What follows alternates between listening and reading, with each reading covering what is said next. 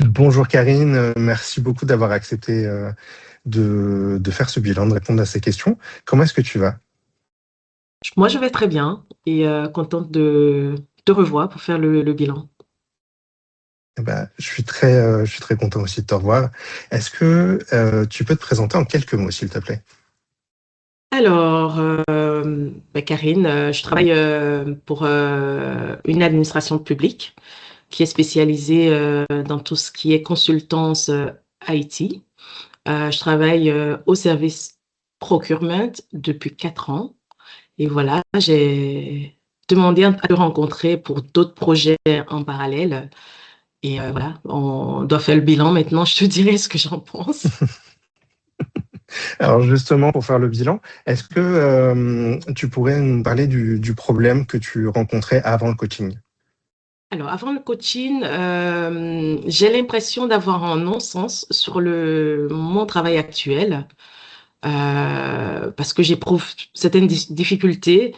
Je travaille en parallèle. J'avais entrepris des études de master en politique économique et sociale.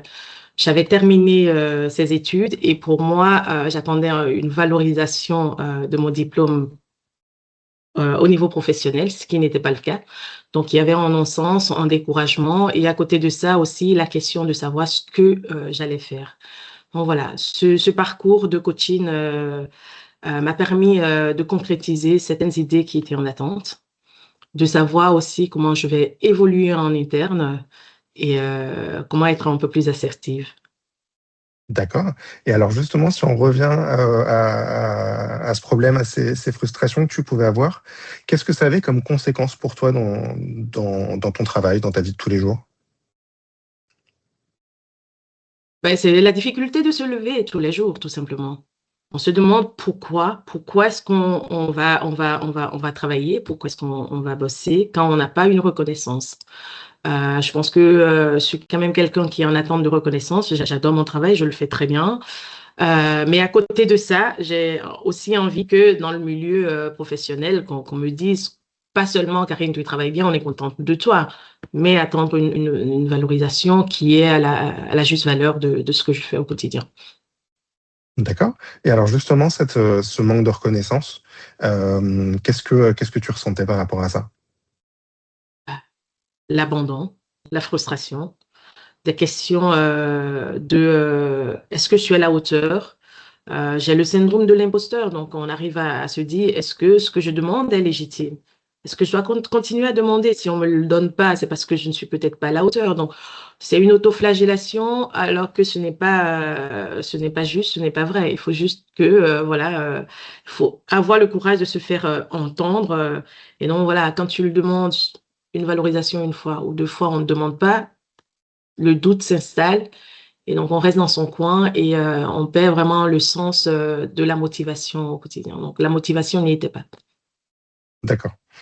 Et est-ce que justement c'est la raison pour laquelle tu as décidé de faire un coaching ou c'était pour autre chose? Je pense qu'il y a plusieurs choses qui m'ont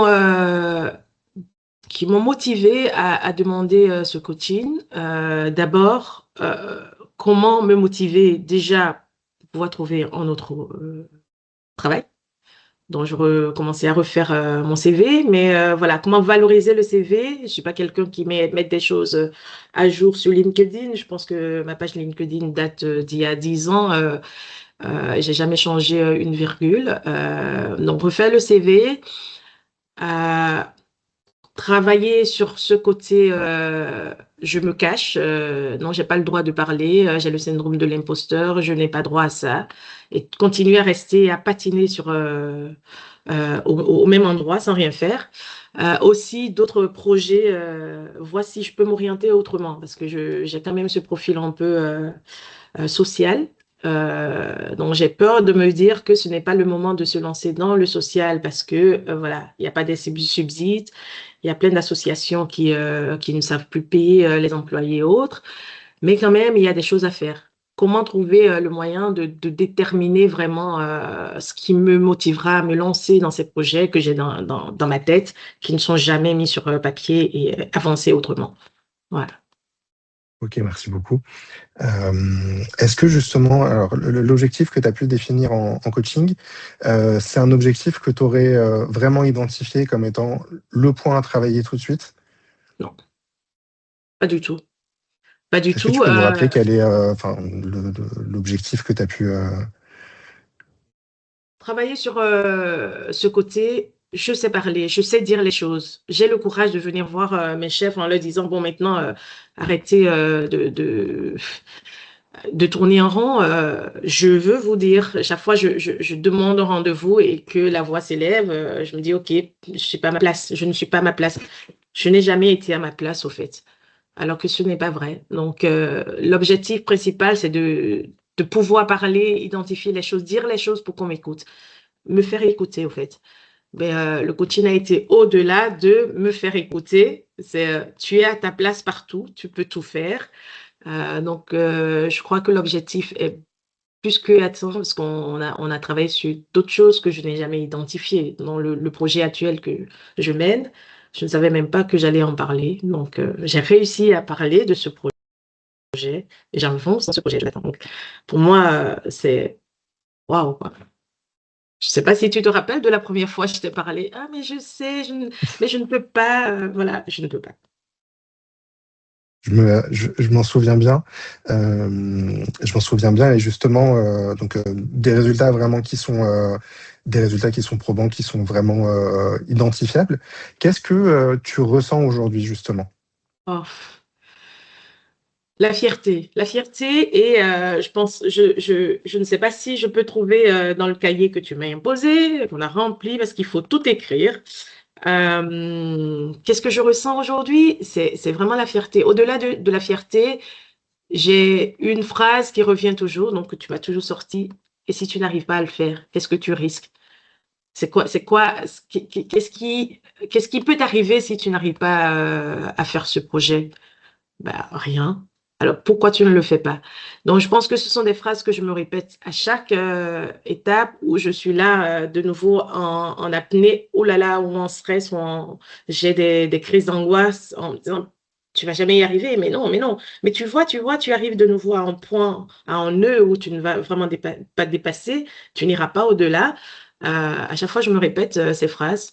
Ben oui, et si tu n'y vas pas au-delà, quoi? Qui t'en veut, qui t'attend sur ce projet? C'est ton projet, c'est toi qui as parlé de ça. Tu le fais, tu ne le fais pas, mais on s'en fout. Donc, ce sont vraiment des mini-phrases, enfin, ce sont les étapes qu'on a parcourues avant le projet, hein, de travailler sur ces points, ces nœuds, ces angoisses, ces peurs qui reviennent. La place qui n'existe pas que je prends, mais non, il n'y a pas de place. Il y a toi, tu peux avancer. Donc voilà, toutes ces petites choses et le cahier miracle qui sont là à relire les choses et à se motiver à chaque fois. Ouais. Alors, j'ai peut-être déjà la réponse à ce que je voulais te demander, mais qu'est-ce qui t'a plu particulièrement dans ce coaching? Les étapes, l'évolution. Donc on part de, je ne sais, je ne me rappelle plus hein, des étapes. On a défini des étapes au départ. Hein. Donc C'est on ça, est on a quatre parti grandes de, étapes. ouais, ça m'a beaucoup plu parce qu'on part, on est parti tout doucement. Il n'y a pas eu de contraintes, surtout que j'étais déjà vraiment en mode panique. Et donc voilà, je pense que tu t'assures me rassurer progressivement sur les étapes. On travaille sur la personne, parler de moi. J'ai réussi à parler de moi, ce qui n'est pas toujours évident de travailler sur ma personne, de travailler sur mes peurs et à partir de là, définir mes objectifs. Parce que si tu me demandes directement qu'est-ce que tu as envie de travailler, je pense que il y aurait eu un blocage. Donc, on est parti par étapes et ça, c'est vraiment important dans ce coaching. D'accord. D'avoir pu faire les choses vraiment petit à petit, logiquement, Ouais, et ce qui t'a permis de te livrer un peu plus, de parler, de dire les choses, de t'autoriser aussi à les de penser et à les m'autoriser. dire. C'est ça. Mais à partir des D'accord. outils, hein, comme la roue des valeurs, quelles sont les valeurs très importantes. Et donc, voilà, en parlant de ces choses, identifier mes blocages. Hein, voilà, la peur, la motivation, l'injustice professionnelle, ce sont des choses que je n'aborderai pas instantanément ou spontanément, parce que pour moi, bah, on me donne du travail, tu as du travail, donc ne te plains pas. Voilà, c'est surtout ça. Donc, D'accord. ouais, merci. Merci de passer par étapes et y aller tout doucement et crescendo, ouais. Avec grand plaisir. Avec grand plaisir. Qu'est-ce que tu dirais à quelqu'un qui hésite à se faire accompagner? Je crois qu'il ne faut pas hésiter. Il ne faut pas hésiter. Moi, j'hésitais aussi. J'hésitais pour différentes raisons. Enfin, non, pas professionnellement. On trouve toujours le temps, mais financièrement. Donc, ah non, je ne pourrais pas payer. Je ne sais pas. C'est trop. C'est un sacrifice de trop étant maman solo. Ouais, non, je ne sais pas. Voilà. Et si je me suis écoutée, je serais vraiment restée à l'étape. Non, ça, je ne sais pas payer. Mais voilà, je pense que le résultat escompté est au-delà de l'étape, des étapes bloquantes, je dirais, que ce soit par manque de temps ou financièrement. Ben, on en trouve toujours hein, pour rester là où on est. Mais si on veut avancer, je pense qu'il faut ce sacrifice-là pour se connaître, pour réussir des choses. Ouais. D'accord. Accepter de sauter le pas et de faire ce qu'il faut pour y arriver. Ouais. Euh, j'ai une dernière question pour toi. Est-ce qu'il y a quelque chose que tu veux ajouter, qui te tient à cœur, que tu as envie de partager? Je dirais merci de m'avoir permis de m'explorer, parce qu'on ne le fait pas tout le temps. Ce qui m'a permis de me connaître aussi, de dire, ah, mais ça, je peux faire, je peux faire, je peux faire. Même à des endroits où je me dis, ah non, c'est vraiment pas pour moi, j'aime pas. De se dire, non, mais il y a rien de sorcier à avancer sur ces étapes, on peut toujours apprendre. Donc, voilà, mais définir un profil qui me correspond, ce ne sont pas des cases. On ne rentre pas dans des cases, mais voilà, il y a une variété de personnalités. Et si on n'explore pas, on ne sait pas qui on est en fait. On peut aussi évoluer. Donc, je pense que c'est un bilan qui est conseillé à tout le monde de faire à chaque étape de sa vie. Et je suis contente de l'avoir fait maintenant. Je ne l'avais jamais fait, mais voilà, là, je suis contente. Je suis ravi si tu ressors contente de tous nos échanges, de tout notre travail. Je suis ravi que Oui. tu parles de ne pas rentrer dans des cases. C'est quelque chose auquel je crois beaucoup, beaucoup, beaucoup. Ouais. Euh, donc voilà, bah, je voulais te remercier également. Alors te remercier d'avoir pris le temps de répondre à ces quelques questions, te remercier d'avoir pris le temps et d'avoir eu aussi l'engagement qui va avec le coaching.